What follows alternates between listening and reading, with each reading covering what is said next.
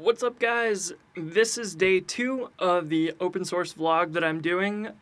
Yesterday we talked about where do we start. So we looked at Rails, we looked at Devise, didn't really find anything that we could contribute to, at a glance at least.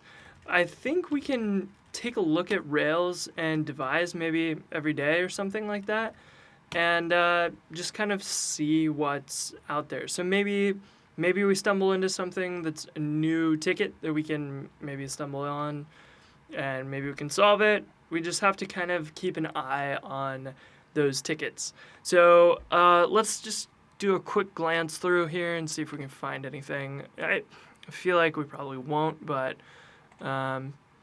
or they would take a lot of time and sort of effort into solving. So Rails scopes generating invalid scope type messages don't appear to come from one particular place, and I'm not doing anything particularly custom.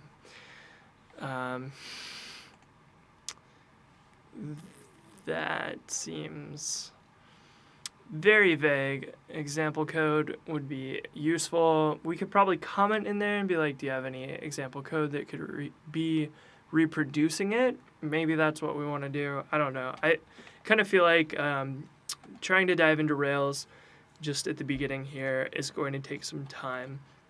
So let's probably just take a look at Devise and then get back to Simple Calendar, which we decided to tackle yesterday. So it doesn't look like there's anything new on Devise's open issues, so we can get back to Simple Calendar. Now, I will say that this morning, I got an issue on here from Rodrigo, and he was working on getting RSpec working, and he submitted a pull request a few hours ago. So he added this bin setup and bin console. So basically what he's trying to do is set this up so that you can test Simple Calendar easier. And I've actually written 0 tests for Simple Calendar, and I think that would be awesome to get done on the gem. So maybe we'll dive into that with him, because it seems like a really great starting point. If you find a gem with no tests, there you go. That's an easy thing to start working on. Adding tests, even the most basic tests that are like, when I require the gem, I should be able to access this class. Those tests are valid, so those are useful to add. So let's take a look at the code that he wrote. If you see the conversation, he basically just said, adding these will simplify a lot for people who want to debug or test Simple Calendar. Recommend adding a custom console attached in the request. So this bin console file that he's added works really similar to Rails console. It loads up Bundler, loads up Rails, which is the dependency for Simple Calendar, and then requires IRB and starts an IRB session. And since it's Ruby, it's already loaded the Simple Calendar gem in Rails, and that's it. You should be good to go. And bin setup will install the dependencies. So that would basically install Rails if you didn't already have it. Seems good. I don't see that. It's really straightforward code. I don't really see anything wrong with it.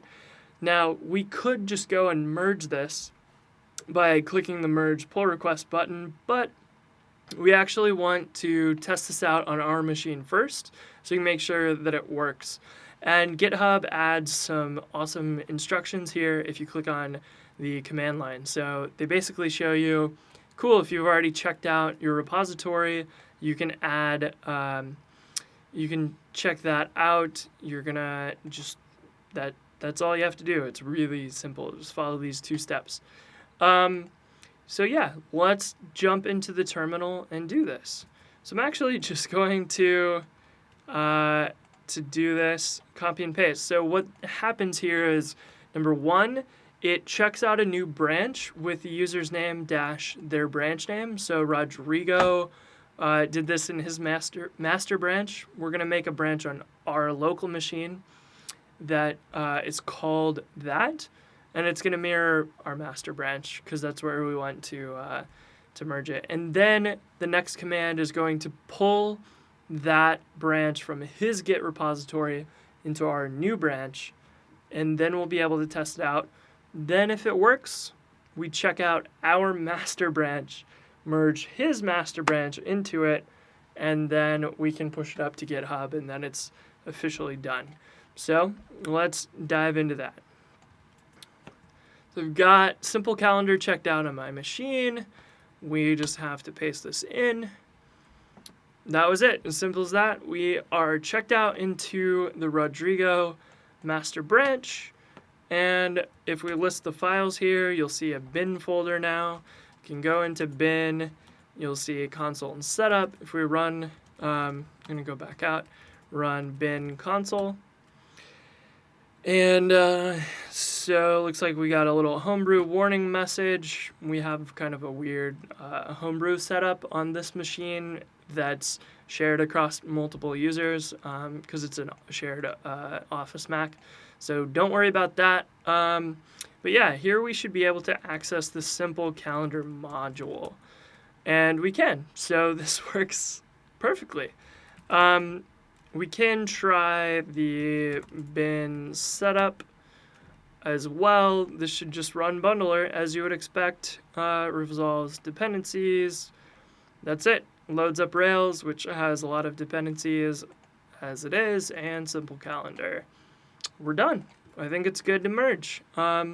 So we could just click merge pull request, but it's almost always better to do these things in your terminal.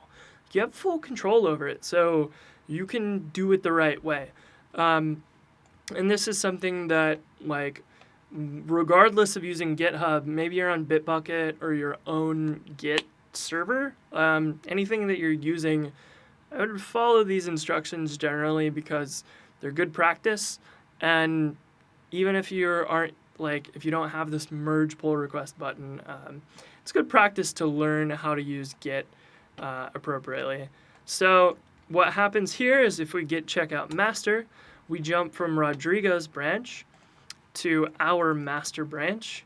Then when we merge, we're going to do a no fast forward.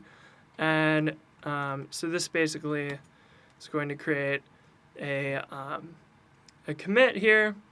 So I just had a little bit of a snafu. Vim didn't provide the right exit status or something when I did this git merge.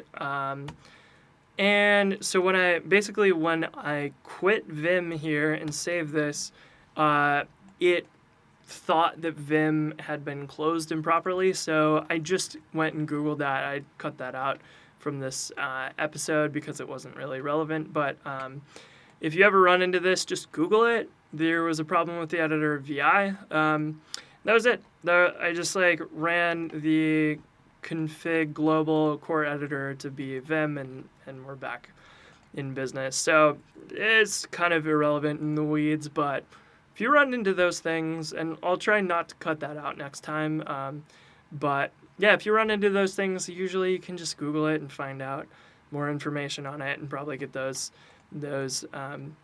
solutions pretty quickly. So what happened this time, now that I did the git merge, it successfully went through. If we look at our git logs, we'll see that we now have, here we have my last commit, which is down here. I merged a pull request.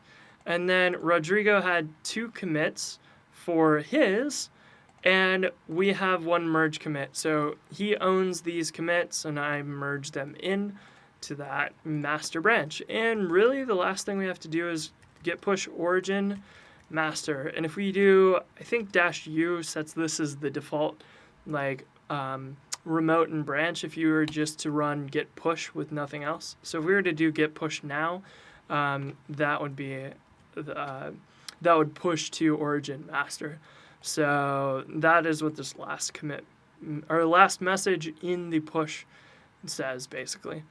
So with that said, we're done. And actually, without even refreshing the page on GitHub, they have merged and marked the pull request as merged, which I always love because it's real-time updating now, and they already know the status of these things before you can even tell them. It's awesome. GitHub is fantastic.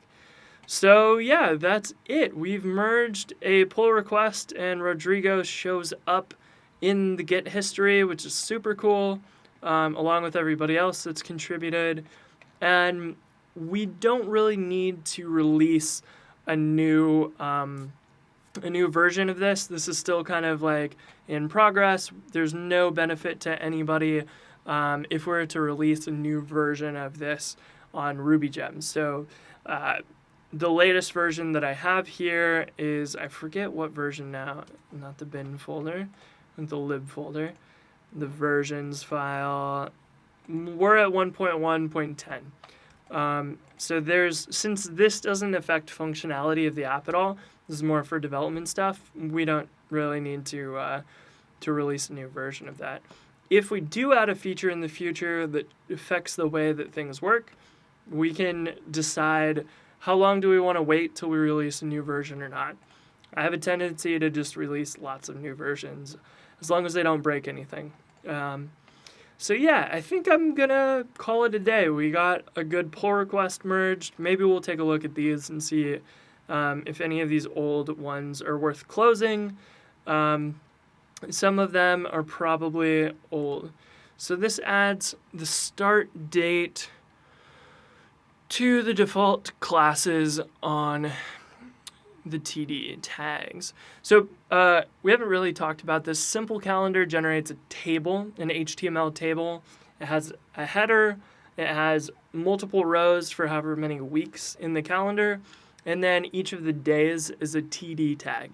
So I have this actual like semi-long and gnarly line of code here that will make an array of classes for the TDs. So this is helpful for when you're writing CSS and you want to say this day is in the past, this day is in the past, this day is in the last month and it's in the past, this day is in the future, this is the current day, this is whatever. So we have lots of these. We have the previous month, current month, next month. And the start date is actually kind of useful for people, I'm sure. And it probably doesn't really hurt to add this. It basically is like the start date is this special day. You can pass in the date. That start date is what determines which month to display. So that's like the current day. And yeah. We may want to do that. Also, I'm not sure if it's the same as today. So we have the current calendar. We should look at this and see if it's the same idea of today. So what line of code were we on? 128. Let's go to view the whole file. Let's find line 128. So today is the literal today, and the start date is actually the date from the params. So in the URL, you pass in a day, and that day is what determines, it gets pulled in, and it's what determines how the calendar displays. So if you click next month or next view, then that start date will change, and it will be the first day of that next month, or if it's a 2-week calendar, it'll be the first day of the next 2 weeks. So the start date actually makes a lot of sense. Most people won't use it, and it won't affect them, but it doesn't hurt to have this in there. So I kind of like it. Let's merge it. And I feel terrible because this was a long time ago, and I never merged it in. So I'm gonna be lazy this time, and we're just gonna merge pull requests because there wasn't anything to test really. It seems fine. So let's just do that, call that a day, and get back to working on stuff. I think that's totally fine. Yeah, so this one, I guess we've talked about previously in the past, and there's more to this one, so maybe we'll review this later. Both of these, or all three of these, actually have a little bit of conversation on them. So let's actually dive into this tomorrow. Let's take a look at those.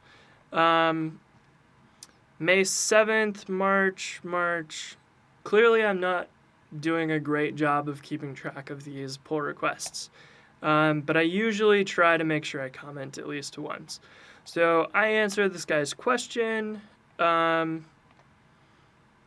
Don't see any response to it, so I think I'm just going to close the issue and clean this up. So I'll assume that that did what he wanted, and we'll get back to work. So 1 day per page, same thing. I answered the guy's question, do a little housekeeping today before we call it a day. So this one we had a long conversation.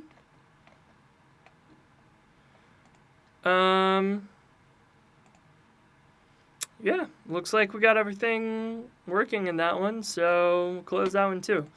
I clearly need to do a better job of keeping track of these. So let me refresh and update this. Month calendar generates date strings in TDs instead of expected display. Check your HTML and you should see they're all in TD tags. If you're using Bootstrap, it should add the class of table to the calendar. Yep. Yeah, this actually looks like it rendered out properly as a table. There's just no styling on it, so I believe that's totally fine. But regardless, no update since March, so we can assume that it's fixed. Yeah, so what else do we got on this one? Just wanted a custom class in the TD corresponding to the start date for a month calendar, but I also wanted to keep the existing default classes. Was the following. So that's where the start date came from. Yeah, so making your own view helper class. This one is called mini calendar, and then you can pass in these TD classes as an override. I definitely need to spend some time redoing the API here. The API here is terrible. You have to pass in a method name, or basically you have to pass in a proc or a lambda or a block of some sort that can be called later.